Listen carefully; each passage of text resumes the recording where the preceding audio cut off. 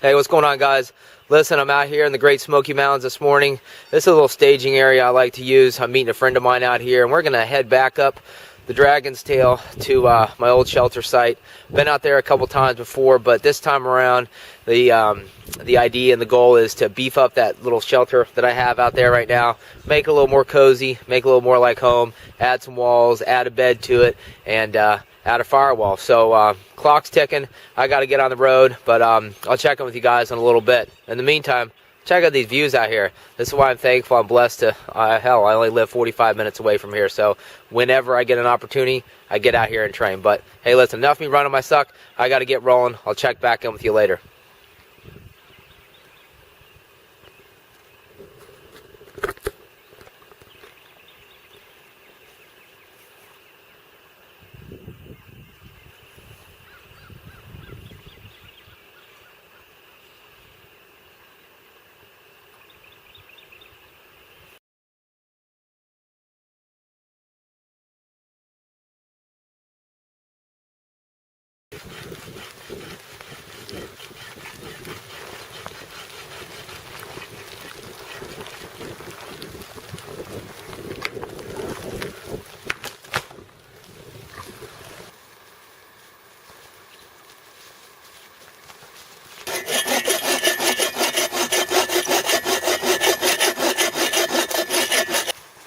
All right, guys, so right now we're laying down a base real quick. We're gonna run a nice big piece of wood across the back here to buttress the support for the joist, make it nice and secure when we put these in here.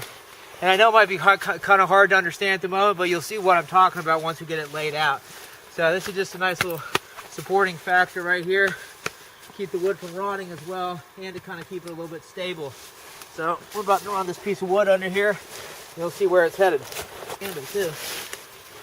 So we're sliding this piece of hemlock under here right now. Or this is oak, but you got hemlock underneath.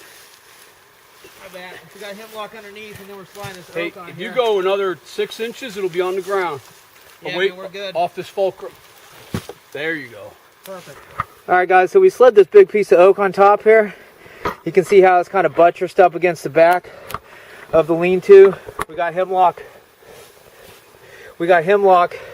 Panels, as you see here on the bottom. These don't rot, so it's an added bonus.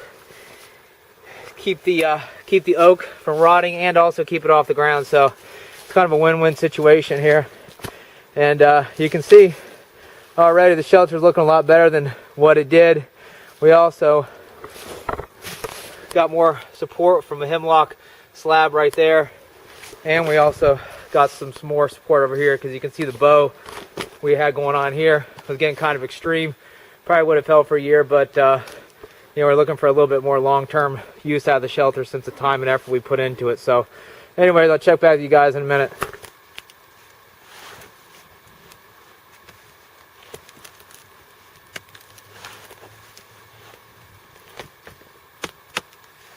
All right, guys, so you can see we got the joist down. We got everything elevated off the ground a good 6 inches, which is definitely what you want. You definitely don't want to be on the ground. It's going to soak up all your heat, and it's just going to increase the suck factor about 1,000%. So now that we got the joist down, we got some good support for the joist. Got the hemlock back here and the oak. Time to just go ahead and just lay down the top of the bed, put some padding on there, and we're good to go.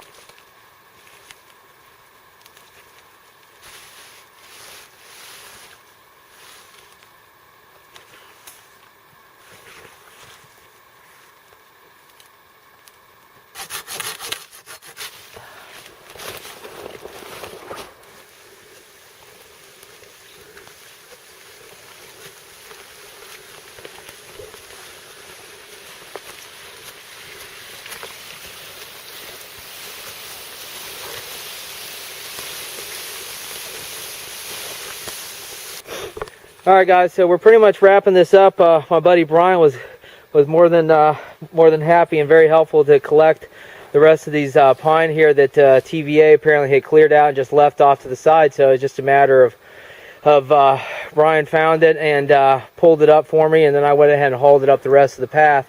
So if you check it out here, you see we're pretty much done. We got the bed pretty much squared away here. You see everything's nice and filled in. It doesn't have to be 100% filled in, because you guys got to remember, you're going to be putting a tarp down here, then you're going to be putting a thermarest or some sort of sleeping pad on top of this.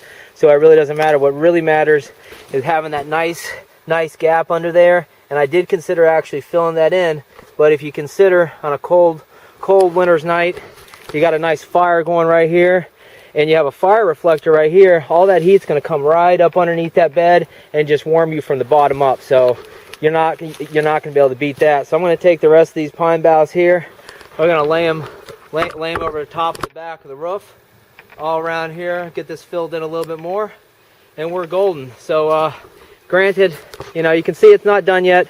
We still got to put a wall in this area right here. Still got to put a fire reflector up, but you know, building large-scale primitive survival shelters takes a fair amount of time. So it's definitely something that if you were in a OP4 type of situation and you forgot, God forbid, you were forced out in the woods or something like that, you definitely want to be running around building survival shelters, because it sucks up a massive amount of time and energy. Me and my buddy Brian, we've probably been out here for a good 3+ hours just doing the bed itself and sourcing the materials. You got to think about the time it takes to find the materials, cut the materials, haul them back to your site, then probably reprocess them some more. And the initial build of the shelter took 3 hours on top. So there's 6 hours right there. And I guarantee you in a day's period of time, you're not going to be doing that by yourself. You're going to be more interested in getting fat and happy and staying warm. So, you know, it's something that is a good skill building thing to do, but it's definitely something that you really need to think about before you get involved in it, because it's not something like you see on the Discovery Channel. They put up the shelter, they're editing the crap out of these videos, so you see something goes up in 15 minutes, it's taking 4 or 5 hours to actually build. So anyways, I'm going to stop running my mouth, get this wrapped up, and get on the road. So we'll get you the finished product in a minute. Alright guys, so this is pretty much the finished product. 4 hours later, we got ourselves a nice bed here. You can imagine throwing a tarp on here with a nice thermarest, putting a little pillow over here, and you're good to go. It's definitely not the Hilton, but you know, if you want to go to the Hilton, go to the damn Hilton. So that's the bed, and then as you can see from the point that we came out here, we moved this center support over a little bit, got that reinforced a little bit better. We added another center support here, trimmed off this end right here because I kept bashing my head into that, which is no fun.